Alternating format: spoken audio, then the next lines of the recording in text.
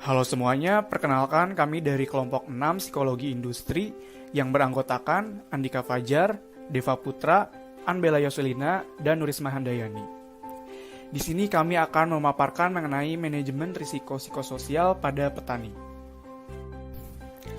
Topik yang akan kelompok bahas diantaranya yaitu yang pertama pendahuluan dan analisis kasus, yang kedua bahaya dan risiko, yang ketiga rekomendasi dan pengendalian, dan yang keempat kesimpulan. Sebelum masuk analisis kasus, kita bahas dulu apa itu petani.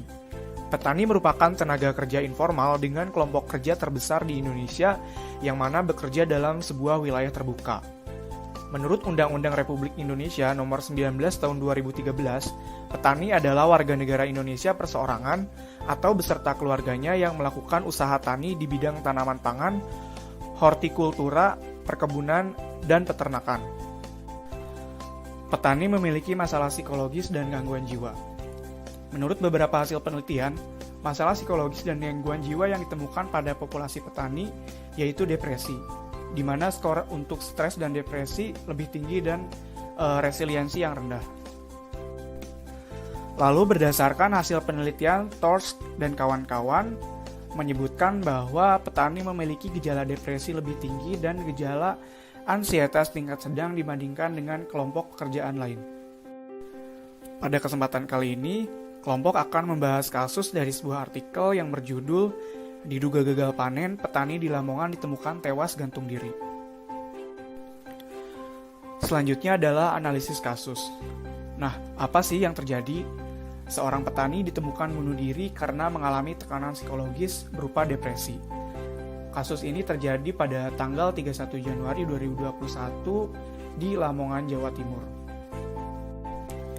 Selanjutnya, mengapa kasus bisa terjadi? Kasus ini terjadi karena beberapa faktor. Yang pertama, tuntutan kerja. Permasalahan yang dihadapi petani yaitu tidak ada keringanan tuntutan kerja bagi petani dengan jam kerja kurang lebih 14 jam per hari, yang mana memiliki risiko penyakit akibat kerja yang mengancam kesehatan petani dan juga risiko kecelakaan kerja saat mengangkat beban berat. Lalu, tuntutan kerja yang terlalu overload dapat menyebabkan beban kerja dan gangguan kesehatan mental pada petani. Yang kedua adalah kerugian ekonomi, di mana petani ini gagal panen karena semua tanaman padinya habis dimakan hama tikus. Di Indonesia sendiri, petani seringkali kehilangan hasil panennya akibat serangan tikus sawah, yang mana diperkirakan dapat mencapai 200.000 sampai 300.000 ton per tahun.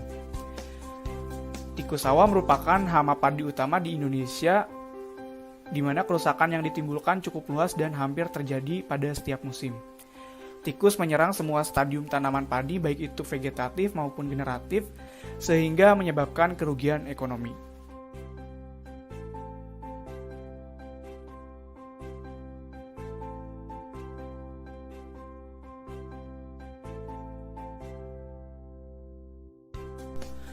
Lalu siapa sih yang terlibat dalam peristiwa ini? Yaitu petani berinisial WR yang berusia 65 tahun. Bagaimana peristiwa ini bisa terjadi? Berdasarkan keterangan saksi dan keluarga, korban ditemukan tewas dengan cara gantung diri di kandang sapi miliknya. Lalu menurut keluarga, korban mengalami depresi dikarenakan tanaman padi miliknya habis dimakan hama tikus. Lalu selanjutnya ada bahaya dan resiko. Yang pertama, ada beban iklim kerja.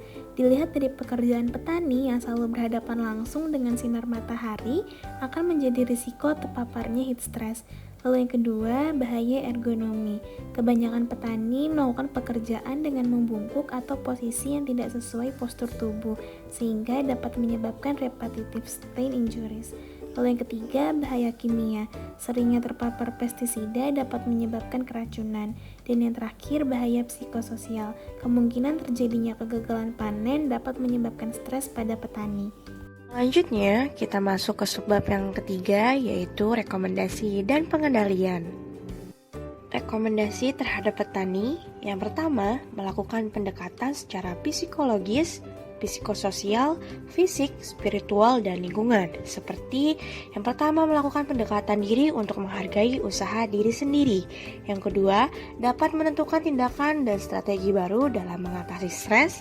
Dan yang ketiga, mengubah pola pandang dan pikir tentang keberhasilan masa lalu dan sekarang. Rekomendasi untuk petani yang kedua yaitu coping stress, di mana merupakan kegiatan untuk menangani atau mengurangi tingkat stres dalam level individual. Seperti yang pertama itu ada direct action, di mana yaitu tindakan langsung untuk memotivasi diri. Yang kedua itu ada emotional focus coping strategi, yaitu untuk mengatur emosi.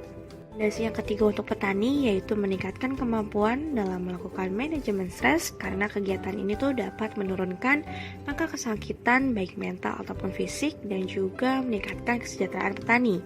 Selanjutnya yaitu ada membentuk pos UKK untuk mewujudkan kelompok petani yang sehat dan produktif. Lalu rekomendasi terhadap pelayanan kesehatan, yang pertama itu ada mendukung terwujudnya pos UKK, yang kedua menyediakan pelayanan konseling, dan yang terakhir melakukan sosialisasi kepada petani mengenai manajemen stres. Oke teman-teman, kita masuk ke pengendalian engineering control. Yang pertama, melakukan kultur teknis, di mana menjadikan sawah kurang mendukung dalam kelangsungan hidup tikus dengan cara tanam dan panen serempak, serta pengaturan jarak tanam. 2. Sanitasi habitat, membuat pematang yang berukuran lebih dari 30 cm untuk mengurangi tempat tikus berkembang biak. Selanjutnya, engineering control yang ketiga yaitu pengemposan massal, di mana kegiatan ini dilakukan pada awal penanaman untuk menghilangkan tikus. Yang keempat, yaitu ada kegiatan sistem bulbu perangkap, di mana menarik tikus dari lingkungan sawah sehingga dapat mengurangi populasi tikus sepanjang pertanaman. Kita masuk ke pengendalian administratif kontrol, di mana yang pertama melakukan pelatihan kader pos UKK, yang kedua melakukan kegiatan pos UKK secara terpadu, rutin, dan periodik, yang ketiga melakukan penyiraman pestisida pembasmi hama secara rutin, dan yang terakhir memberlakukan waktu kerja yang cukup agar petani tidak mudah lelah dan depresi. Subbab terakhir adalah kesimpulan. Depresi pada petani seringkali tidak diketahui oleh banyak orang. Namun, dengan adanya kasus ini dapat menandakan gangguan psikologis pada petani memiliki dampak yang berbahaya jika dibiarkan. Rekomendasi dan pengendalian yang telah diberikan diharapkan dapat berguna untuk meningkatkan kemampuan petani dalam melakukan manajemen stres, sehingga kelompok berharap tidak akan ada lagi kasus yang sama terulang di kemudian hari. Baik, mungkin itu saja yang dapat kelompok sampaikan. Kurang lebihnya mohon maaf. Wabillahi taufiq wal hidayah. Assalamualaikum warahmatullahi wabarakatuh.